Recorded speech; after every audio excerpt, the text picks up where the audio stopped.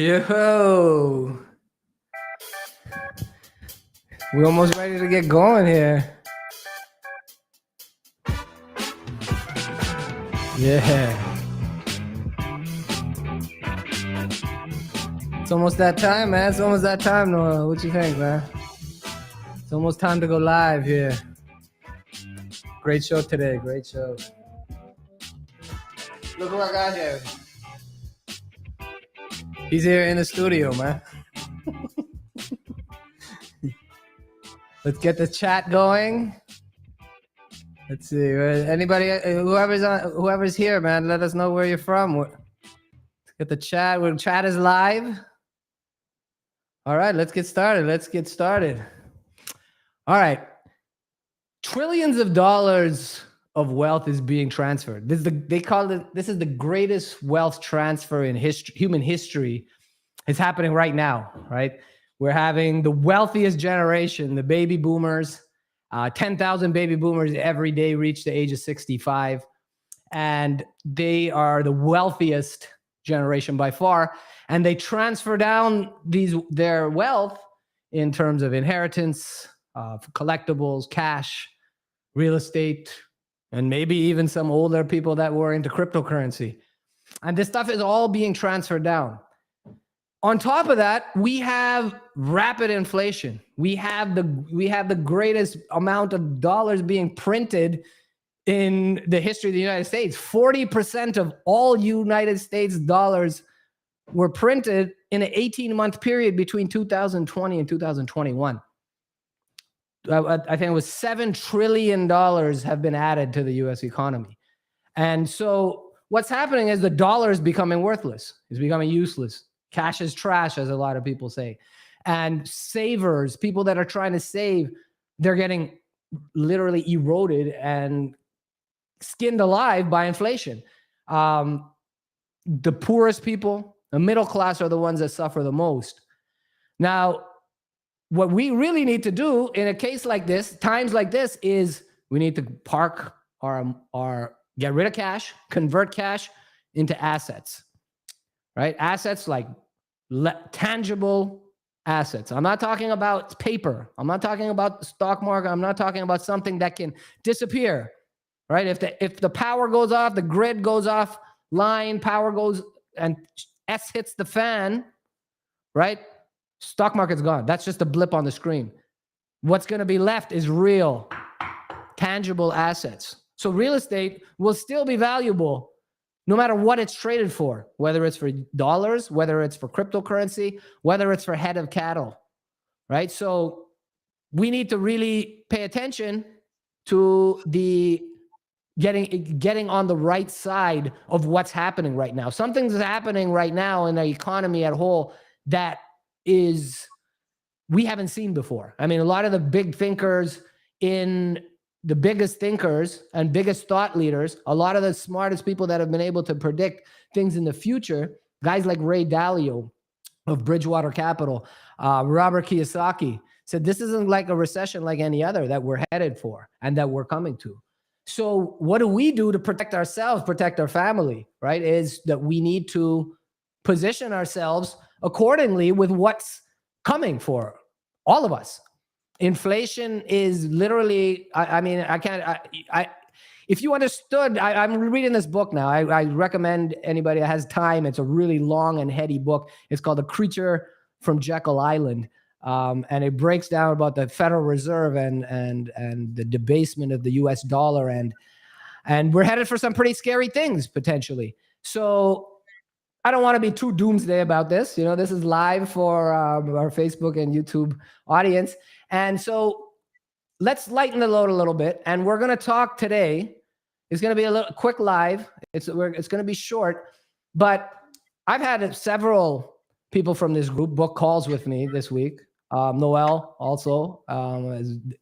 And people some of the questions that we're having, and we have a lot of new people that have joined this group. I think we've had over 500 new people join over the last week and a half. So the group continues to grow. So we're going to go be a little bit basics here, right? We're going to go into the fundamentals a little bit, and we're going to talk about what is a syndication? I mean, it was basic questions like that. We just assume everybody knows what it is. And a lot of people in this group are savvy dentist entrepreneurs, and they do know. And then there's others that are new to this and have never kind of heard of what syndication is. We're going to break down what syndications are. And also we're going to break down how profits actually trickle down to the investor. So how does an investor get paid if they invest in a large apartment building deal? So that's kind of what we're going to break down today. I'm Dr. Jonny Walker. I'm an endodontist, 13 years. I'm a principal founder of a investment firm that's invested in over $120 million worth of real estate, multifamily real estate specifically, since 2019. And of course, I want to introduce my very esteemed and serial entrepreneur, Dr. Noel Liu, who has multiple practices and a huge team that he manages. And of course, our third member, which is Tom Varghese, is unavailable tonight. So Noel, please introduce yourself a little bit and tell us a little bit about what we're going to talk about first. Jonny, I just wanted to say that what you just mentioned about the whole economy thing, kind of, we have to remind ourselves every day, and I tend to forget sometimes that, this is something where your money is parked and is hedged against inflation. And I think that's a very, very important and strong point. I just wanted to emphasize that again. So everybody, my name is Noel Liu. I'm a general dentist based in Peoria. And I just wanted to introduce myself here for the new members. If you guys have watched my other webinar we did with Tom for our other McCallum deal, I'm a general dentist with my wife. We are based in Peoria. We have multiple practices. And my passion for real estate started about 2 years ago. That's when I met Tom at the 10X Summit with Grant Cardone's, the mastermind group. And then I met Jonny here. Jonny, an endodontist, him and I, we just met at one of his other groups, and we just kicked it off. So we had a first webinar. He even has it on Facebook or YouTube, right? It's on my YouTube channel. It's on my YouTube channel. Yeah, so Jonny's YouTube channel. Any of you guys who wants resources, don't know where to get started, Jonny has excellent resources to go and get started. He's got everything like, you guys are looking for. If anyone wants any kind of resources, go on to his YouTube link. Jonny, can you put that up in the chat? Oh, yeah, okay. I just put up I put up a link. From there, in that link, you can see access to my YouTube channel. Yeah, thanks, Noel. Yeah, awesome. So yeah, Jonny, let's get started here. Everybody has this one question that, what's a syndication? What does it entail? How many people? Why a syndication? Why a team? So you want to elaborate a little bit on the basics of what a syndication is? Sure. So syndication is different from your typical real estate, right? So when most people think about real estate, they think about single family house. And usually a single family house is a smaller deal. It doesn't require a team per se, right? So you might be a guy that invests in a property and you're like, hey, look, I'm going to hire a general contractor, something I can manage. I can get the financer from the bank. I might even self-finance it if this property is not mortgageable. And I'm going to flip this home and whatever. So that's fine. But now what we're talking about are large apartment building complexes. Everyone knows what they are. I mean, a lot of you have probably lived in it or drive past one every day when you go to work, right? So with these large apartment buildings, they're typically not done by a single individual. They're not owned by single individuals. I used to think like, wow, somebody really rich owns this huge building, but 99.9% of the time, it's not. It's owned by a team. And multifamily real estate, the entire arena is a collaborative space, and it's a team game. So what that means is, let's take an example, a 300-unit apartment building, okay? A 300-unit means you have 300 families under one roof, or it could be multiple buildings in one area, but it's all one part of one property. Now, when you have a large okay, I'm just going to use an example for a property that we acquired last year, right? Last year we acquired a 300-unit property. It's a $34 million property cost basis, right? We have estimated about $4.5 million of CapEx budget, or what we call for capital expenditures. And what that means is essentially renovation budgets. That's for fixing up the exterior, right? We built a pergola, a barbecue area. We made a pet spa.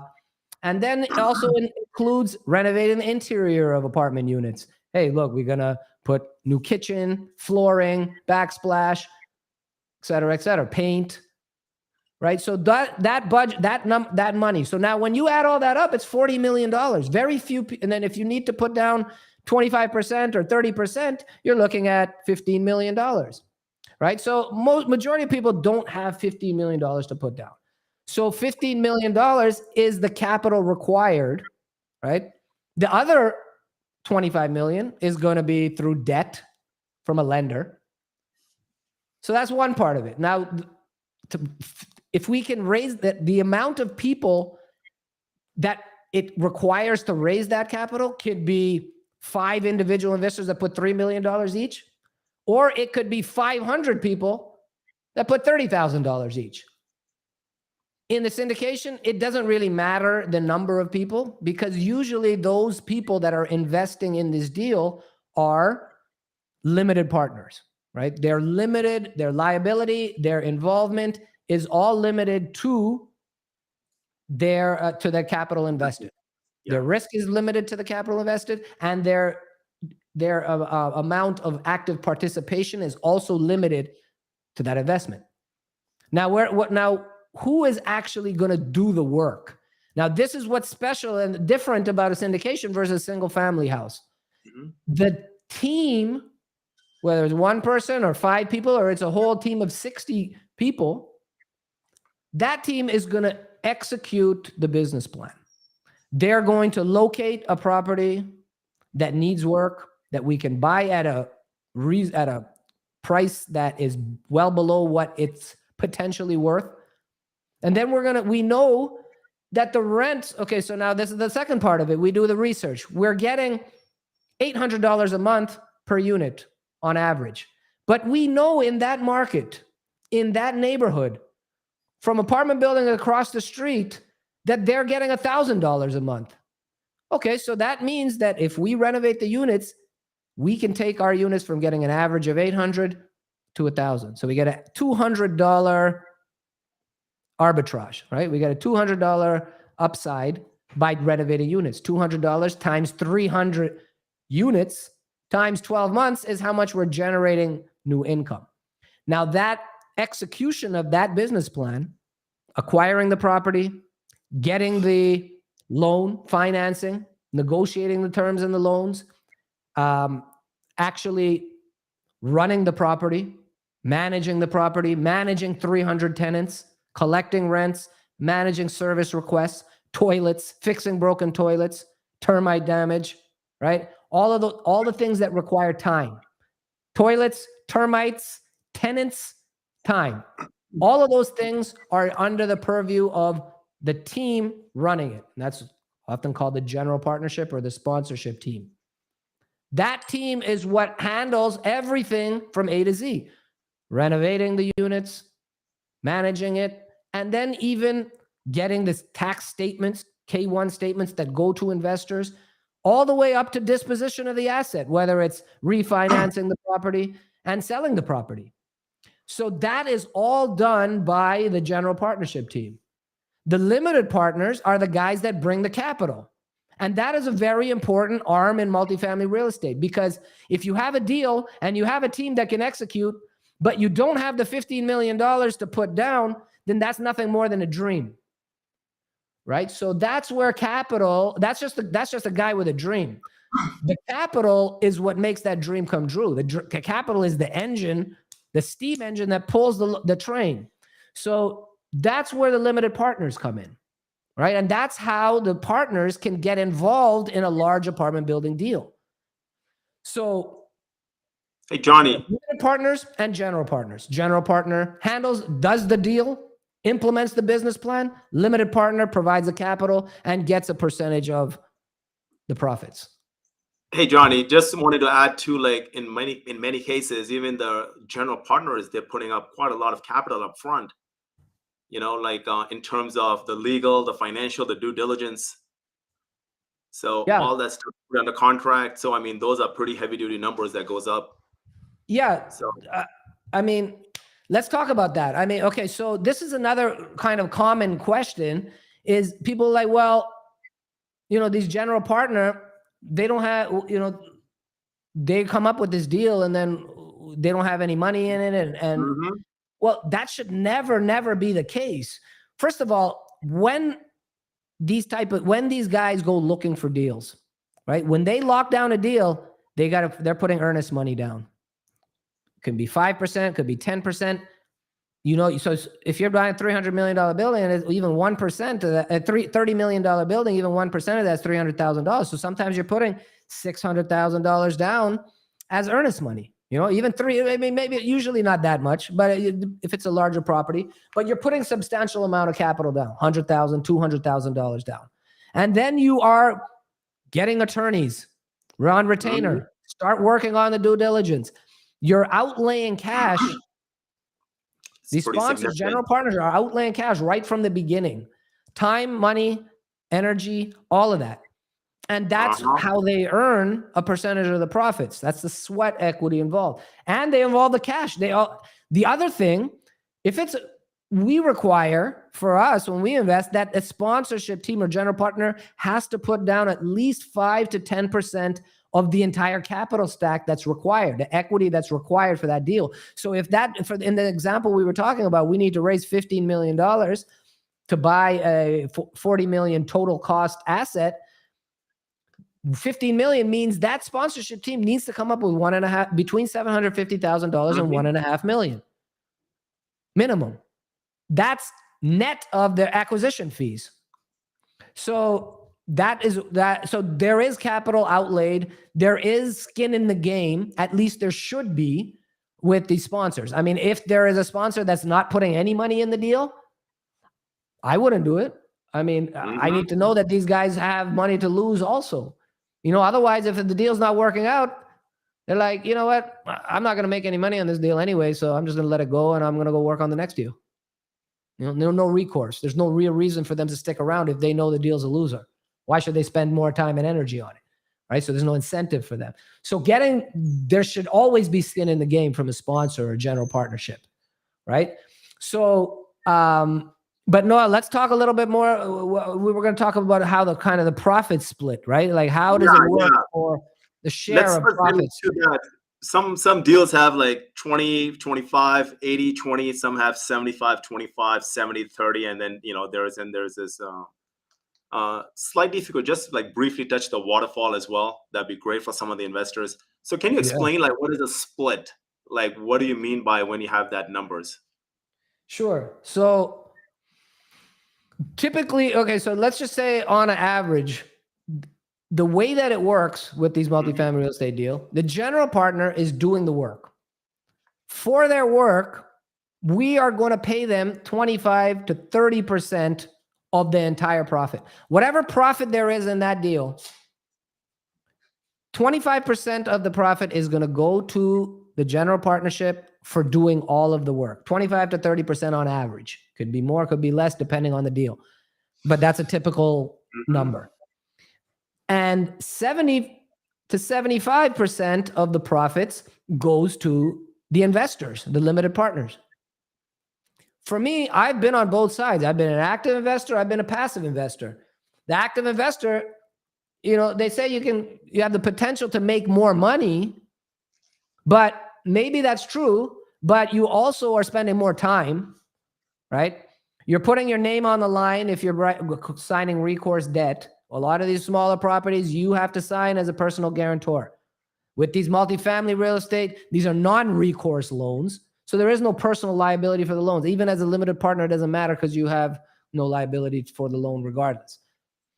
So when you compare, you might make more profit, but you have to put in the time and energy. Are you willing to do that? I had 10 properties at one point, 10 or 11 actively managed properties. Strip mall, parking lots, I had warehouse. So you got to pay. I mean, do you count that for your time? You got to count your time in and then look at the profits. To me now, I gladly, willingly would love to pay a best-in-class operator that's all they do to do everything. And I would gladly pay them 25 to 30% to extricate myself from the active involvement. I've been there, done that. That is not for me. That's for the birds. I don't need to hear about, oh, the roof is leaking. Oh, now I'm going to get a roof engineer to come in and look at the mechanics. Oh, yep, this can't be repaired. This needs to be replaced. Okay, let's go get some bids. Let's get multiple roofers to come give us bids because this is a large project, etc. I've been through all of that. And believe me, I make a lot more money doing endodontics than I do managing pothole repairs, striping of parking lots, managing tenants. I'm not interested in that, number one. Number two, I don't want to do that. But I do want to participate in all of the benefits of real estate. That's why I invest in real estate, not to be a manager, not to be a landlord. I invest in real estate because I want to build cash flow. I want to build wealth. I want to get huge tax advantages. I want to have true diversification. I want to have tangible assets. I want to be able to leverage. For all of those reasons, I can get all of the benefits of investing in real estate without doing any of the work. That's what the beauty of it is, right? So now, how does it work in terms of splitting percentages? So we talked about it a little bit, right? 25 to 30% goes to the general partner for their efforts. But listen to this part. They only get paid if there's profits. If they don't generate any profits, then there's no money to be made for the invest. They don't even get paid. Contrast that to your financial advisor that's telling you to put money in the stock market. And your stock market portfolio, I guarantee you, is down 30%. I have zero money in the stock market, so it doesn't matter to me. I don't care about equities. But anybody that has this NASDAQ is down 44%. Right? So are they still taking their fees? You bet damn rights they are. They're still collecting assets under management fees. They're still taking fixed expense ratio fees. They're taking fees for non-performance. They're taking fees for losing you money. Tell me where there's an alignment of interest there. Here on the syndication side, there's a clear alignment of interest between the limited partner and the general partner, right? You're only going to get it's only going to get paid if this deal is profitable. That gives incentive to make the general partner, every incentive to make this deal work. They have money in the game. They have their reputation on the line, and they're doing all the work in vain if they don't make this thing work. And they have to break their back to make sure that it's profitable. I'd love to be Jonny. Yeah. Can you touch base on this one thing where a lot of people ask? Let's say there is a little cash flow coming in, but like who gets paid first? Say that again. So let's say there's a cash flow coming in. Who gets paid first? So my thing is, it's like it's always the limited partners. Yep. Yep. So the limited partners will get paid first before the general GPs get paid. Can you just elaborate a little bit? Yeah. So that what you're touching on there is preferred return, right? So preferred return is another layer of protection for the investor. When you have, if we were to just take a true split, 75-25 split to profit, that is actually is a better incentive for the general partner. When you add a preferred return, so what a preferred return is, say, look, the first 7 to 9% out of this deal goes directly to the limited partner first. Right? So that means a limited partner has to achieve, if they say, okay, let's say, for example, 8% preferred return. That means the first layer on a waterfall, we'll talk a little bit deeper about what waterfalls are. The first layer is the investor must receive at least 8% return on their capital before anybody else gets any money. The general partner gets $0, gets zero money on the profit split until the investor gets at least an 8% return. That's hurdle number one. So, right. So now that's hurdle number one. And so I'll tie in what a waterfall is right here with this.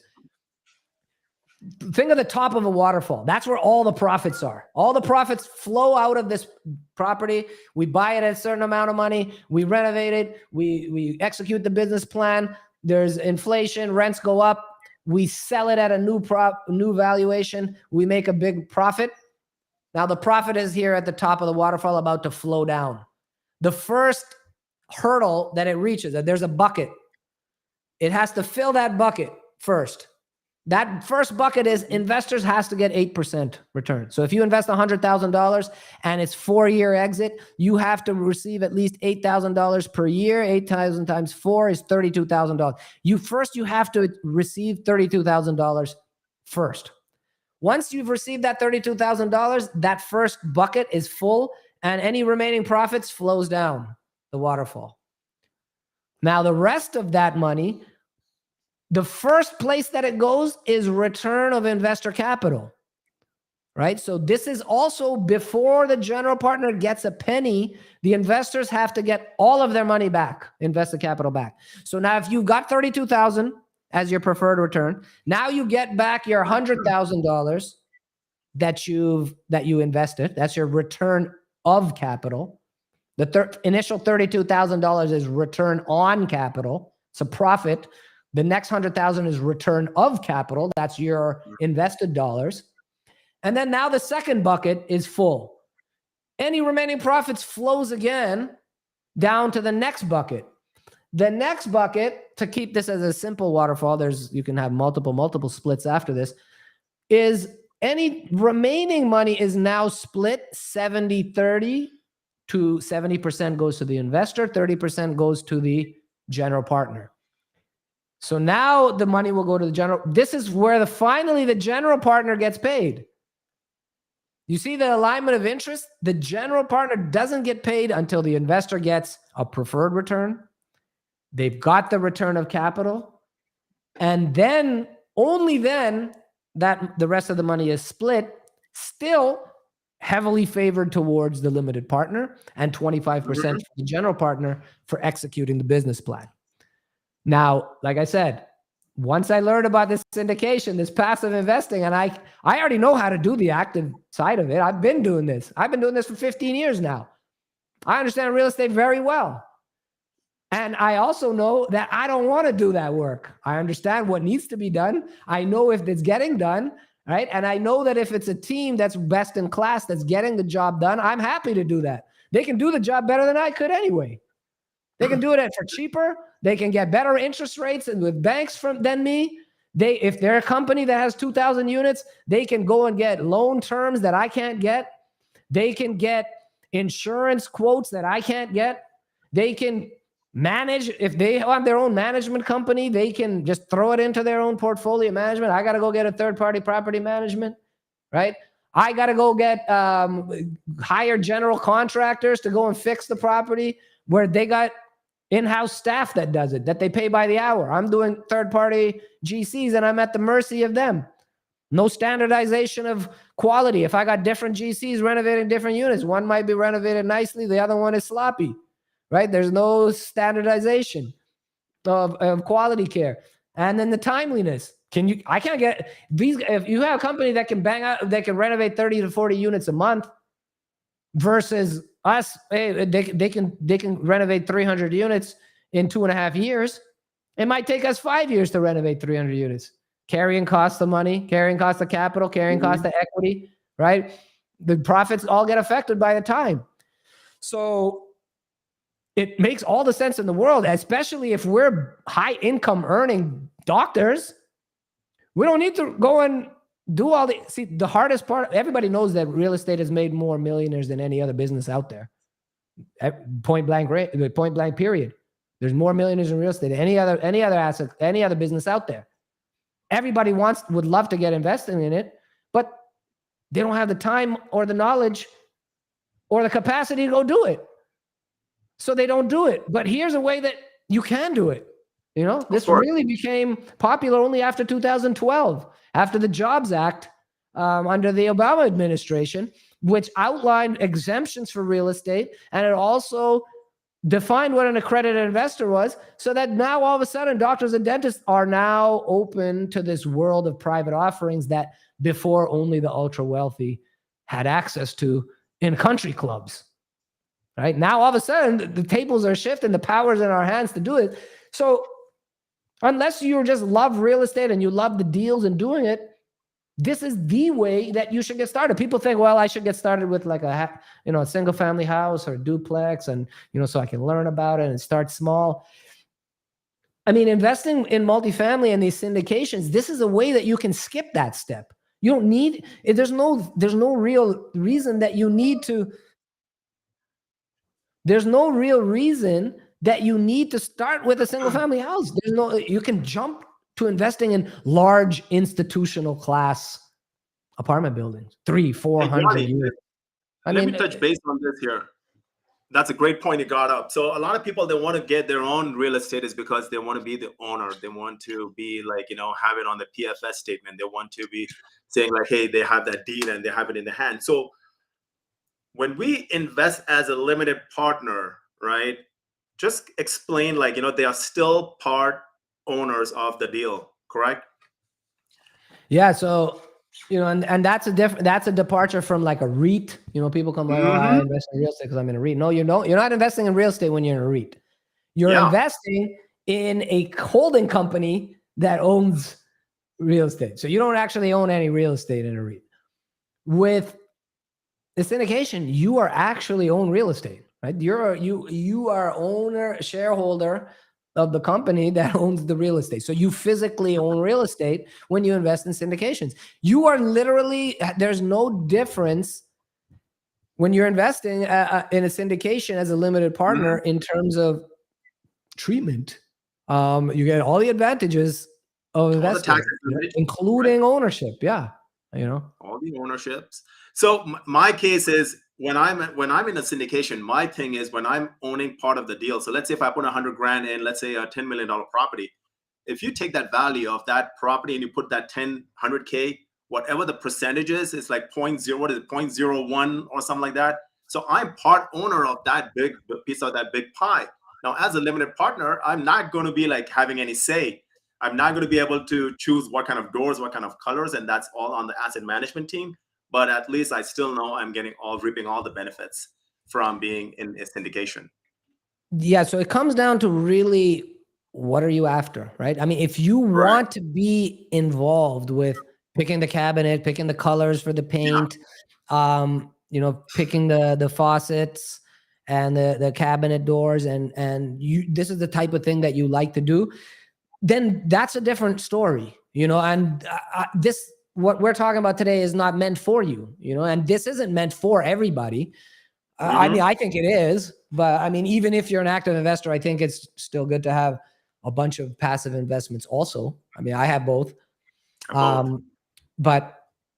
I mean, that's pretty much it. That's an answer to that question. I mean.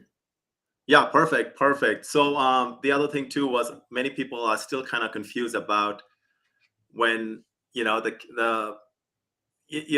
they get that split there, how is that split? Is it like before the expenses, before the debt service, or is it like after, like whatever's left over? If you could just like briefly touch on that, and I think that should be pretty good. Okay. Yeah. Okay. So, I mean, let's just take it right from the top. You got your gross income. Yeah. That's total amount of income coming in, whether it's from people paying rent, whether it's from late fees, application fees, storage, and all the other pet fees, and all the other income with the signage, any other ways that you can generate income from a property. You take all of that cap money, right? Subtract all the expenses that are involved with operating that property. Taxes, insurance, utilities, HR, the people that are running the staff, right? The property management, all of those things, insurance. After you subtract all of those expenses, you're left with what's called NOI, or your net operating income. This is where the value of real estate is driven by NOI, and it's based on a multiple of a cap rate to derive value. Now, from this net income is where you have to now subtract away your debt service, right? So if you have leverage and you have a loan against this property, which almost all real estate does. Then the next thing is you take your net operating income, subtract your mortgage payments, and that is what's going to be left over as your cash flow, right? And that's called cash on cash. And that is yearly. You get a yearly, and whatever cash is left over is distributed to investors as a percentage of their profits, right? So if it's 8% pref and there's only 6% worth of cash flow, then investor gets all of the cash, right? So they get all the cash flow. So that's where the cash flow comes in. Now, each year, hopefully, there's cash flow left over that the investors are now putting money in their pocket, right? They're literally getting money from the operations of the building after you've paid all your expenses, paid your debt service. Now that cash flow is going directly into your pocket. Now you're collecting cash flows, hopefully, year after year after year after year. That's all tax-free, income tax-free cash flow, by the way. You get tax cash flow all those years. And then say in year 3 or year 4 or year 5 or year 6, they decide to sell the property, right? So say we buy the building for $10 million and 5 years later we sell it for $15 million. Then that $5 million of profit is now subject to flow down that waterfall structure. First, investors have to make sure they got 8%. Next, they have to get return of capital. Like I told you, we had that $40 million property we did last year, right? 300 units. That $40 million, we put $15 million of equity, right? So that means that there has to be a return of $15 million of equity, right? First. And then the profits are split. So now we have $5 to $6 million of profit. That $6 million of profit is now split 25, 75, 75% of it going to investors. So if there's 6 million, 4.5 million goes to the investors and 2.5 million will go to the, $1.5 million will go to the general partner. So general partner gets paid $1.5 million on that deal for doing all the work. That was their percentage deal. Now the other 4.5 million that goes to the investors, that is split proportionately amongst the investors based on how much that investor invested. So if you invested 10% of that equity required, like say it was $15 million we needed, and you invested $1.5 million, then that means you should get 10% of all of that profit that goes to the investor. So out of that $4.5 million, 10% of that should go towards that investor. 450,000 of that money should go to the investor that put in 10% of the capital. If you put in 5%, you get 5%. If you put in 20%, you get 20%. So it's proportionate to how much you invest. But that's just kind of an example of how the profits is split. And the beauty is, by the time you're done splitting the profits, the bottom line comes down to zero, and everybody gets their proportionate share of that value. And Jonny and I basically, we just want to say is any deal that we get into, we want to make sure like those deals are the ones that we have vetted and we are looking out for the investors first. So that's where, there's, like Jonny said, there's a lot of guys out there that they will have no skin in the game. We want to make sure that GPs definitely have some skin in the game. So guys, with that being said, Jonny, you have any last minute comments that you would like to make? I thought this was a very good live, man. I hope yeah, I hope so. if you got value from this, please let us know, man. Let us know in the comments, man. And Diana, thank you for joining us. Let me show. Bleep, bleep. Let's give some shout outs here. Oh, Canadians. Diana from Canada, all the way. All right, thanks for joining us. We got CJ from Houston. Noel, you met Noel in Yep. CJ live, right? We got Evelyn here, Vera. We got it's my better half there, Jonny's. And of course we have every week our joins us every week. CVV Entertainment. Thanks for joining us again, and thanks for your continued support. Thanks for all the support. Yeah, I think that's it for today, guys. I hope everyone got great value. Thank you for showing up. Thank you for your comments. We'll be back again next week, Tuesday, 7 p.m. Eastern, 6 p.m. Central. Look out for us. We're going to be adding value within the group itself. And feel free to reach out to any of us with any questions. If you need help getting started on your investing journey and where to get started. Oh, of course, my boy, the Dr. Brian Craven from Springfield, Massachusetts, the Hall of Fame of basketball is there. I was just in Springfield last weekend for my son's basketball tournament. I didn't realize Brian was there. Otherwise, we would have got to hang out. But next week, we'll see you next week live. Thank you again, Noel, for joining us and having us spend time with us. And we're going to see you guys next week. All righty.